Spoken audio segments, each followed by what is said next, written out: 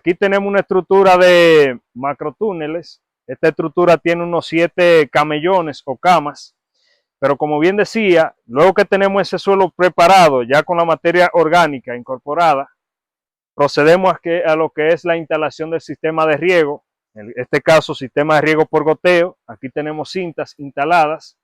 Luego que tenemos las cintas instaladas y que verifiquemos que están descargando bien, o sea que el riego es eficiente, hacemos una prueba de riego antes de proceder a lo que es la instalación del plástico o del mulch.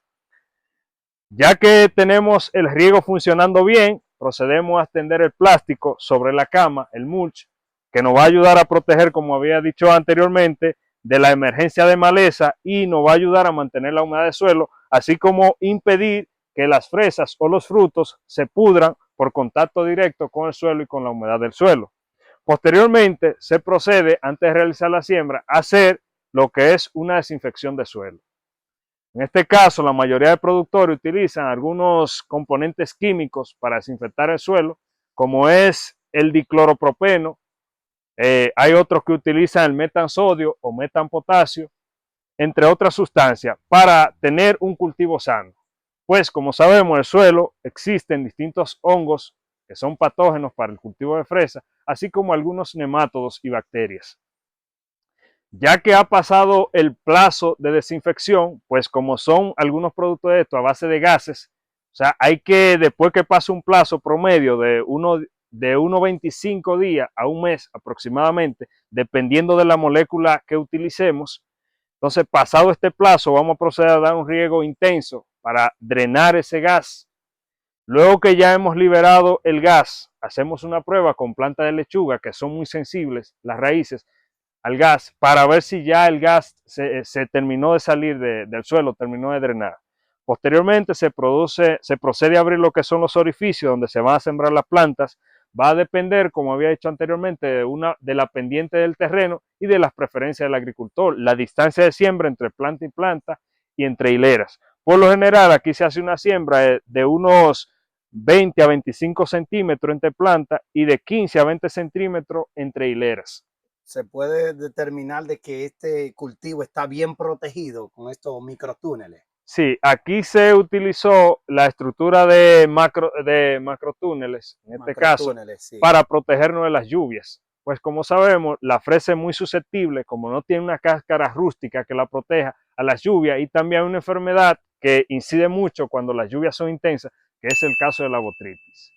También nos ayuda a limitar un poco la incidencia de los rayos ultravioleta sobre el cultivo, el plástico que utilizamos aquí en el macrotúnel. Perfecto. Ya pasando a la parte de lo que es el crecimiento, el buen desarrollo, ¿qué debemos hacer con relación a la buena nutrición, a la buena fertilización y todo ese proceso que nos ayuda a dar ese levantamiento a nuestro cultivo de fresa para obtener fresa saludable y sana? Como siempre lo decimos en nuestros videos, hay que hacer un análisis de suelo. Mucha gente es reacio, no le gusta, pero para uno tener claro qué tiene el suelo, en qué grado están o en qué nivel están los distintos minerales, qué contenido de materia orgánica tiene ese suelo, cómo está el pH, cómo está la dureza, cómo están los cationes intercambiables o la base intercambiable del suelo, qué cantidad de hidrógeno, de sodio yo tengo en ese suelo. Para yo determinar eso necesito un análisis de suelo.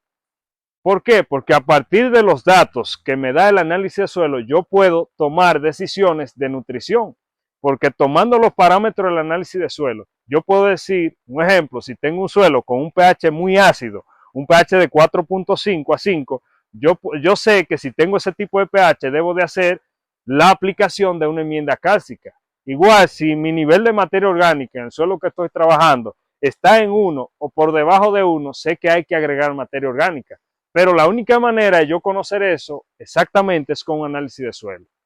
Entonces, después que tengo los datos del análisis de suelo y la variedad que voy a sembrar, porque todas las variedades tienen requerimientos distintos de nutrición. Para eso utilizamos una curva de demanda y de absorción de la variedad, y en base a los datos del análisis de suelo y de la variedad que yo tengo y de un análisis del agua de riego que voy a utilizar, entonces se establecerán unos programas de nutrición. Estos programas de nutrición van encaminados a proveerle a la planta todo lo que ella necesita.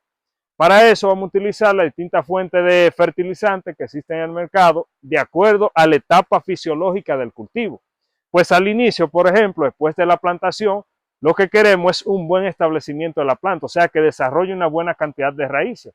Por lo general, las fórmulas que se utilizan al inicio vienen altas en contenido de fósforo para que la planta desarrolle raíces largas y fuertes.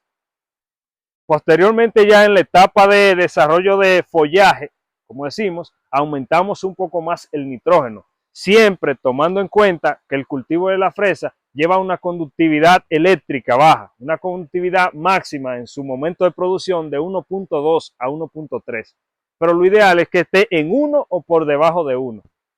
Porque si damos una conductividad eléctrica muy alta, por ejemplo, de 2 o de 3 decisimes por centímetro, podemos causar lo que es la quemadura de raíces y la quemadura del follaje de la planta, o una fitotoxicidad por exceso de sales. Hay que tomar en cuenta siempre el tema de la conductividad y las fórmulas de nutrición van a depender mucho, como bien decíamos, del tipo de suelo, por eso el análisis de suelo, del porcentaje de elementos que tengamos disponible en nuestro suelo y de ahí, de acuerdo a la etapa fisiológica en la que se encuentra nuestro cultivo. Por ejemplo, aquí nos encontramos ahora mismo en la etapa de producción. Aquí queremos que nuestro cultivo saque muchas flores y que cuaje todas las flores, al igual que nos dé fruto de buen tamaño con una pared fuerte para que tengan buena vida de anaquel. Por eso no podemos hablar de una fórmula específica de nutrición.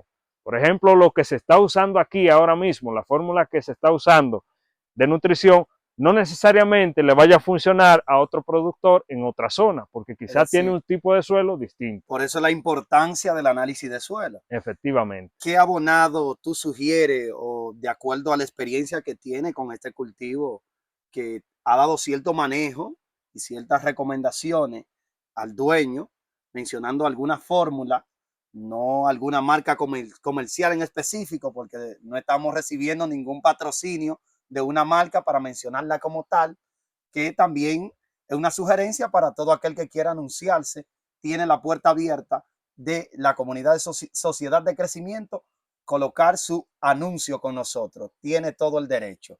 ¿Qué abonado tú recomiendas? Por lo general, como bien decíamos, si hacemos el análisis de suelo y vemos que hay que aplicar una enmienda cálcica o materia orgánica, se hace. Y por lo general se hace una fertilización de fondo con un abono que sea NPK, con algunos microelementos, como es el calcio, el magnesio, el zinc y el boro, que lo demanda mucho el cultivo de la fresa. Se hace una aplicación de unos 10 gramos por metro cuadrado de fondo, para que cuando la planta se establezca ya tenga nutrientes disponibles. Pero por lo general se empiezan con fórmulas, un ejemplo puede ser una 13, 42, 13, con unos 13 de nitrógeno, 42 de fósforo y 13 de potasio. Son algunas fórmulas complejas para simplificarle la vida al productor. Hay otros que utilizan fuentes separadas, o sea que utilizan distintas fuentes fertilizantes, del caso del MAP, que es fosfato monoamónico. Está el caso de sulfato de magnesio, nitrato de calcio, sulfato de potasio. Todo esto se va a utilizar dependiendo de la etapa fisiológica en la que nos encontremos. Pero aquí actualmente se están utilizando fórmulas complejas.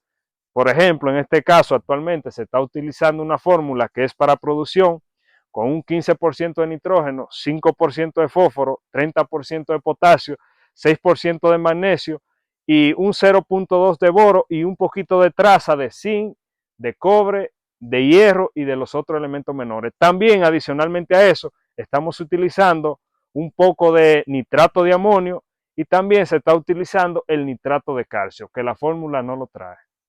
También se utilizan otro tipo de productos como son los ácidos húmicos para mejorar la asimilación de los nutrientes en el suelo y mejorar las características del suelo.